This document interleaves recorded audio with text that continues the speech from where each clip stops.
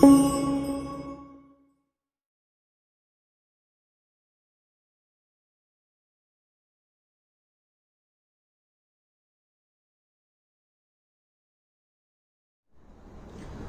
Students, अब देखिए आज सीवेज ट्रीटमेंट प्लांट टॉपिक के बाद जो आज आपका चैप्टर स्टार्ट हो रहा है वो है माइक्रोब्स इन बायोगैस प्रोडक्शन।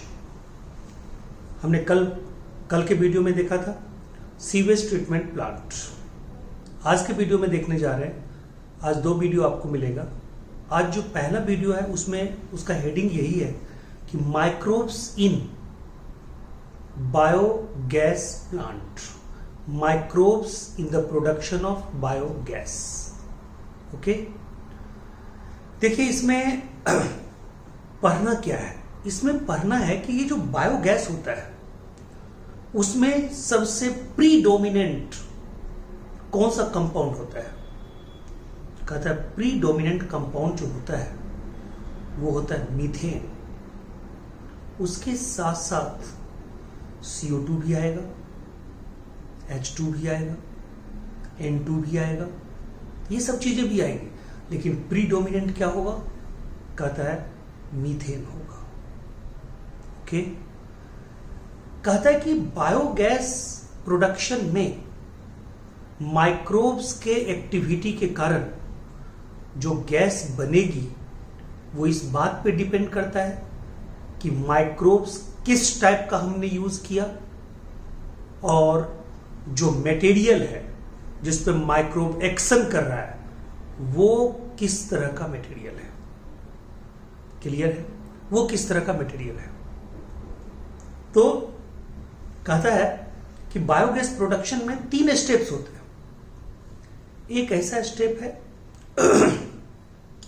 जिसमें पॉलीमर को, ठीक है, पॉलीमर को मोनोमर में कन्वर्ट किया जाता है।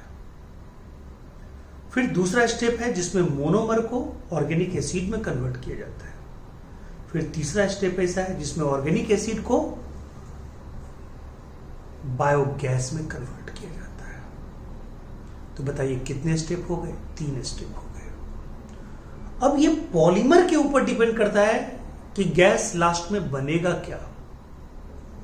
पॉलीमर आप सेलुलोज भी ले सकते हैं, पॉलीमर आप ट्राइग्लिसराइड भी ले सकते हैं, पॉलीमर आप लिग्निन भी ले सकते हैं, पॉलीमर आप सुबेरीन भी ले सकते हैं। डिपेंड करता है कि आपने पॉलीमर लिया क्या, उसी पे डिपेंड करेगा कि लास्ट में, ठीक है, बायोगैस बना क्या।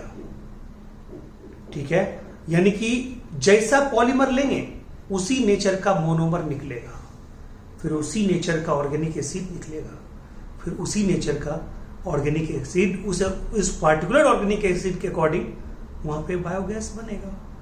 ठीक है, तो कहता है माइक्रोब्स का टाइप जो हम यूज कर रहे हैं फर्मेंटर में और जो मटेरियल हम यूज कर रहे हैं फर्मेंटिंग मटेरियल, यानी कि इन दोनों पे ही डिपेंड करेगा कि गैस का टाइप क्या होगा।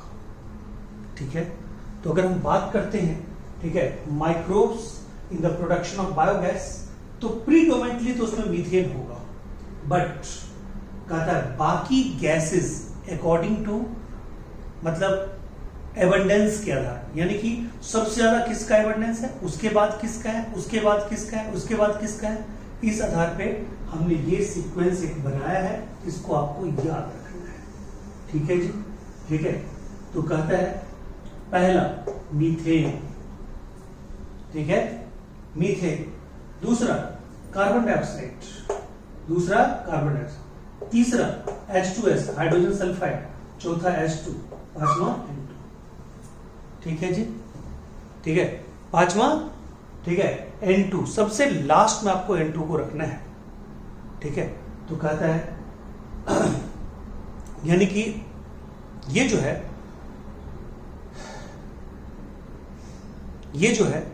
यानी इसमें आप क्या बोलिएगा, सबसे पहले मीथेन, उसके बाद कार्बन डाइऑक्साइड।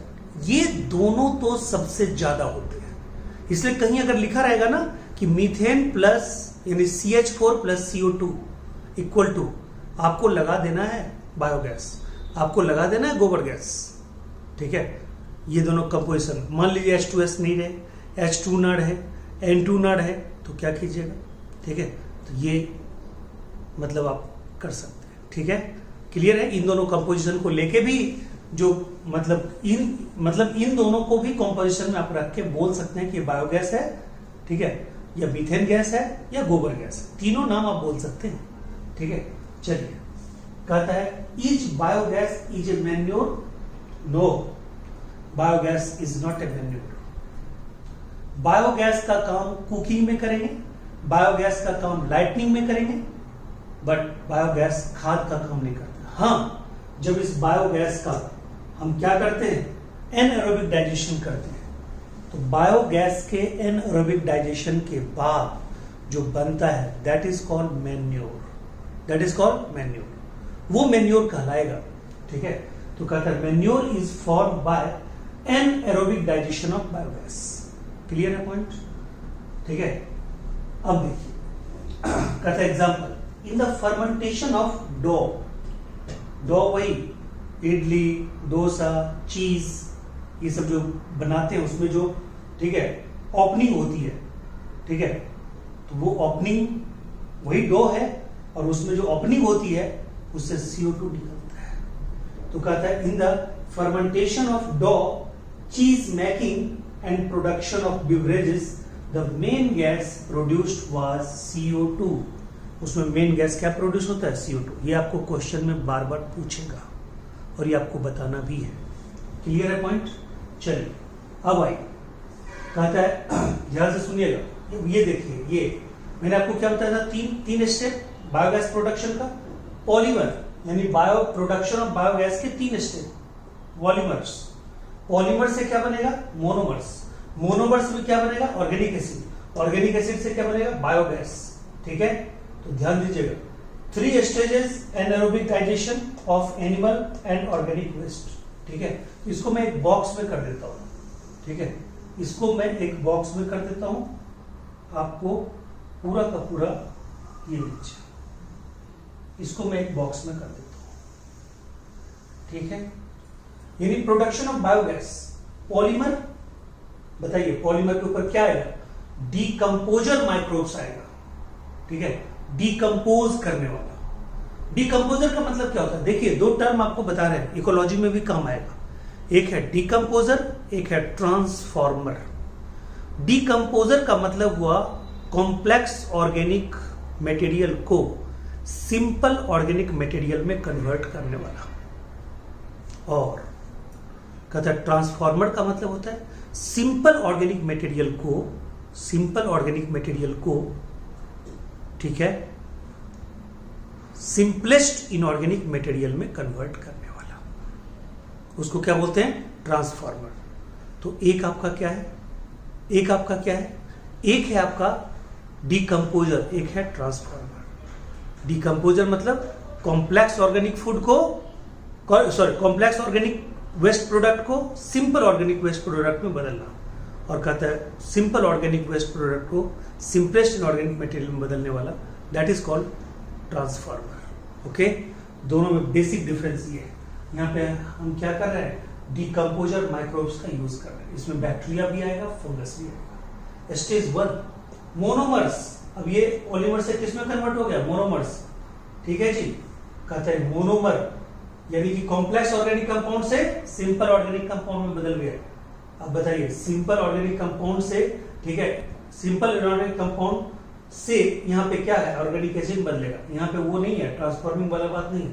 तो यहाँ पे चूंकि क्या हो रहा है, फर्मेंटेटिंग माइक्रोब्स, यहाँ पे हम ट्रांसफॉर्मिंग माइक्रोब्स यूज नहीं कर रहे हैं, हम यहाँ पे क्या कर रहे हैं, फर्मेंटेटिंग माइक्रोब्स।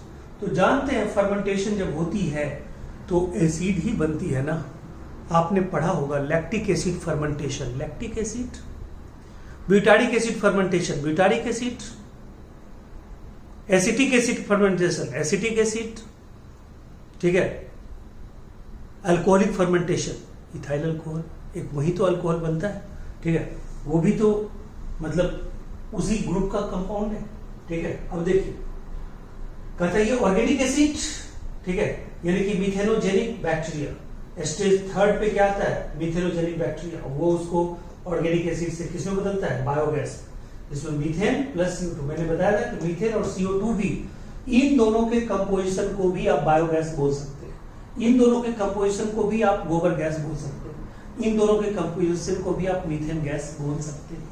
क्लियर है? 3 stage anaerobic, 3 stage in anaerobic, ठीक है, digestion of animal and organic waste. बोलो यहां तक आपको कोई दिक्कत है? नहीं ना। अब आइए, कहता है microbes in production of gas में, ये जो माइक्रोब्स है, टाइप्स ऑफ गैसेस प्रोड्यूस, यानी कि इस प्रोडक्शन में जो गैस बनेगा वो 2 बातों पर डिपेंड करता है। एक है टाइप ऑफ माइक्रोब्स और दूसरा क्या बताए थे, ऑर्गेनिक सब्सटेंस यूज्ड, कि क्या यूज होता है, सेल्यूलोज यूज होता है या सुबेरीन यूज होता है या लिग्निन यूज होता है, इस पे डिपेंड करता है। क्लियर है पॉइंट? अब देखिए, सर्टेन बैक्टीरिया, ध्यान से सुनिएगा, कुछ पॉइंट्स हैं। Certain bacteria grow anaerobically on cellulose, cellulose पे कुछ बैक्टीरिया ग्रो करते हैं, कुछ बैक्टीरिया, एक नहीं, 2 नहीं, 2, 4, 5, ठीक है। ये जो बैक्टीरिया ग्रो करते हैं और produce large amount of methane, CO2 और H2O, इनको हम लोग बोलते हैं मीथेनोजेंस। क्या बोलते हैं? मीथेनोजेंस। और ये मीथेनोजेंस इसी का एक मीथेनोजेंस ग्रुप ऑफ बैक्टीरिया है, इसी का एक मेंबर है। कौन? मीथेनोबैक्टीरियम। कौन है? मीथेनोबैक्टीरियम। यानी मीथेनोबैक्टीरियम is a member of methanogens, ठीक है जी। और ये मीथेनोजेंस में बता दूं आपको, ये मीथेनोजेन एक तरह का आर्की बैक्टीरिया है, ठीक है जी। ये methanogens also found in anaerobic sludge in STP, sewage treatment में एनएरोबिक स्लज के साथ यही बैक्टीरिया पाया जाता है। ये आपको बता दें कि यही बैक्टीरिया पाया जाता है कहां पे, तो कहता है कैटल्स के स्टोमेक में। कैटल्स के स्टोमेक कंपाउंड स्टोमेक कहलाते हैं। उसमें 4 तरह के चैम्बर होते हैं, रूमेन, रेटिकुलम, ओमेजम, एबोमेजम, ठीक है। तो ये जो 4 चैम्बर होते हैं, उसमें रूमेन जो होते हैं, उसमें ये माइक्रोब्स पाए जाते हैं, मीथेनोजेंस। इसीलिए उनका जो एक्सक्रीटा होता है, जो ऑर्गेनिक वेस्ट होता है, उसमें ये प्रेजेंट रहते हैं। उनके एक्सक्रीटा को बोलते हैं गोबर। और चूंकि गोबर में माइक्रोब्स प्रेजेंट होता है, इसलिए उसको रॉ मटेरियल के रूप में यूज करते हैं मीथेन गैस प्रोडक्शन प्लांट में, यानी गोबर गैस प्लांट में। क्लियर है पॉइंट? तो वही लिखा हुआ है, also found in anaerobic sludge in STP, also in rumen of cattles, dung use in production of, ठीक है, गोबर गैस, ठीक है, ड्यू टू दीज बैक्टीरिया, उस मीथेनोजेनिक बैक्टीरिया के कारण, ठीक है, मीथेनोबैक्टीरियम के कारण उस गोबर को यूज करते हैं गोबर गैस प्रोडक्शन में, और उससे जो गैस बनते हैं उसको लाइटनिंग के लिए, कुकिंग के लिए यूज करते हैं। और मैं आपको बता दूं, ये बड़े पैमाने पे यूज होता है, इनके डक्ट सिस्टम गांव घर तक पहुंचे रहते हैं, ठीक है। चूंकि ये गोबर गैस का जो प्रोडक्शन है वो कैटल, ये गोबर का जो प्रोडक्शन है कैटल के द्वारा होता है, और कैटल्स का पूरा का पूरा लाइव स्टॉक कहां पे रहता है? गांव में रहता है। इसलिए गांव में, ठीक है, इस गोबर गैस प्लांट का ज्यादातर निर्माण होता है। क्लियर है पॉइंट? देश में अपना एक संस्था है, 2 संस्था है, एक का तो नाम आपको हमने पहले भी बताया, strategy of enhancement in fruit production में, जिसका नाम है ICAR, Indian council of agriculture research Delhi, and khadi and village industrial commission KVIC।